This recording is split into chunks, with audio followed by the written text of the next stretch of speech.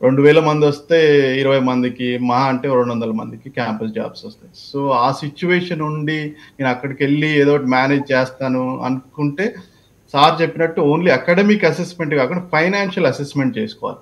నేను survive అవ్వగలుగుతాను.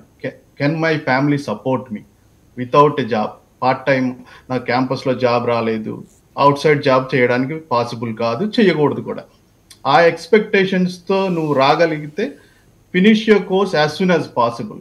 Go to good school, finish your ultimate goal should be get a job as quicker as possible. ఈ పక్క jobs వీటితో నేనేదో ఇలా manage చేస్తాను అనుకుంటే ఇక్కడ సర్వైవల్ చాలా కష్టం. సో, ఇప్పుడు ఎవరైతే రావాలనుకున్నారో ఈ ఎక్స్‌పెక్టేషన్స్ కరెక్ట్‌గా సెట్ చేసుకుంటే అది better. Otherwise you will struggle here. అది ఇంకొక సజెషన్ మన రమేష్ గారు చెప్పినట్టు ఈ